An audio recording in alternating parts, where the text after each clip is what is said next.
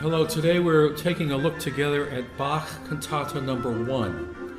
And the first thing to say about Bach Cantata 1 is it's not his first cantata. It was the first. The cantatas are numbered in the order in which the Bach Gesellschaft began publishing them in 1851. And when those scholars met together to begin to publish the complete works of Bach, they asked themselves this collective question. Of all of his roughly 300 cantatas, of which 100 or so are lost, we have about 200 left, which one do we think just might be the most interesting, the most colorful, have the most variety within the orchestra, and be the most compelling for the audience? And the answer they came up with is the cantata we're looking at right now, How Brightly Shines the Morning Star, Wie schön leuchtet der Morgenstern. Bach wrote this piece for the Feast of the Annunciation in the year 1725. And there's an interesting little fact about that too. The Feast of the Annunciation was a particularly important feast in the Lutheran churches. Of course, it's 9 months before the birth of Jesus, so it falls on March 25th. And the thing is that usually March 25th came during the season of Lent. And the churches had a policy that in Lent there would be no music allowed.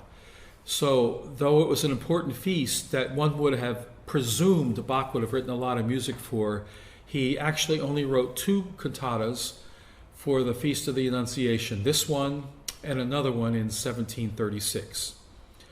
This one is a chorale-based cantata, and we'll talk about what that means in just a minute.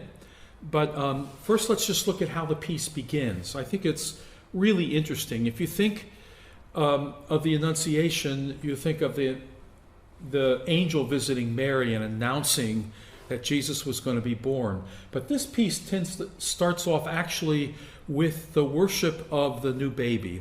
So it envisions the birth of Jesus and the journey of the 3 kings. There are 3 elements in the opening material which I find just delightful. The first is we have a little solo oboe that plays just a little kind of dance-like figure that has a sense of joy. Above it, we have the darker and more regal color of the horns and the oboes, representing royalty, I think. And so the royal kings are coming to visit. We have this, which kind of gets a sense of loping like camels, within the context of being celebratory. It's a terrific choice.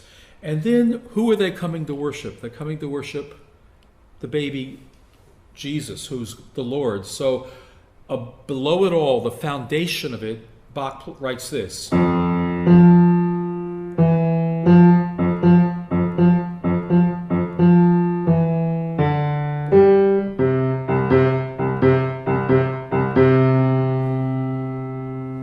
You heard the predominant figure in that was, and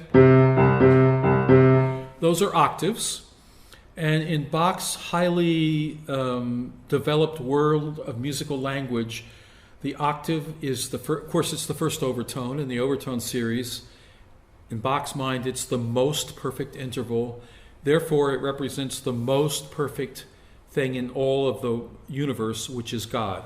So we have God underneath the foundation of it all, the celebratory loping camels, the depiction of the royalty, and finally one more element. We have the first violins with this celebratory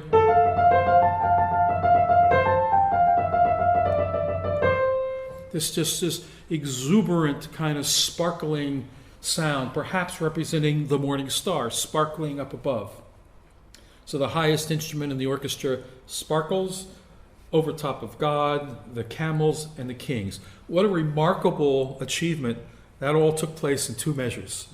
And that music will continue and permeate the entire first movement, which is rather extensive. Now, I said this was the Chorale Cantata, and what that simply means that the piece is based on a hymn, what we today would call a hymn, what Bach's day they called a chorale. And that chorale is How Brightly Shines the Morning Star. It's in many, many hymnals today. The Lutheran, the Catholic, the Presbyterian, the Methodist, the Baptist, I think they all have this lovely hymn.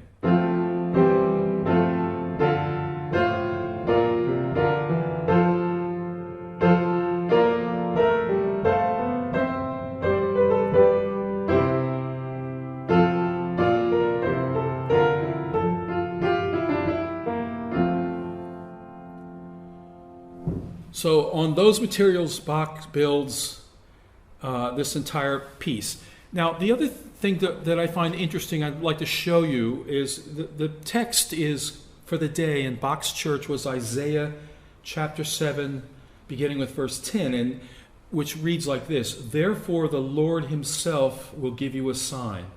And it goes on to say, "Behold, a virgin shall conceive, and his name will be Emmanuel." So what is the sign of Jesus in churches? It's a cross. And if you look at this opening score, you see a single line, a big column of notes, and another single line. The score itself opens with the sign of the cross. So the sign, which is the star and the king's coming, is also replicated by Bach musically with the sign of the cross in the music. Again, I just love this stuff. It's so astonishingly successful.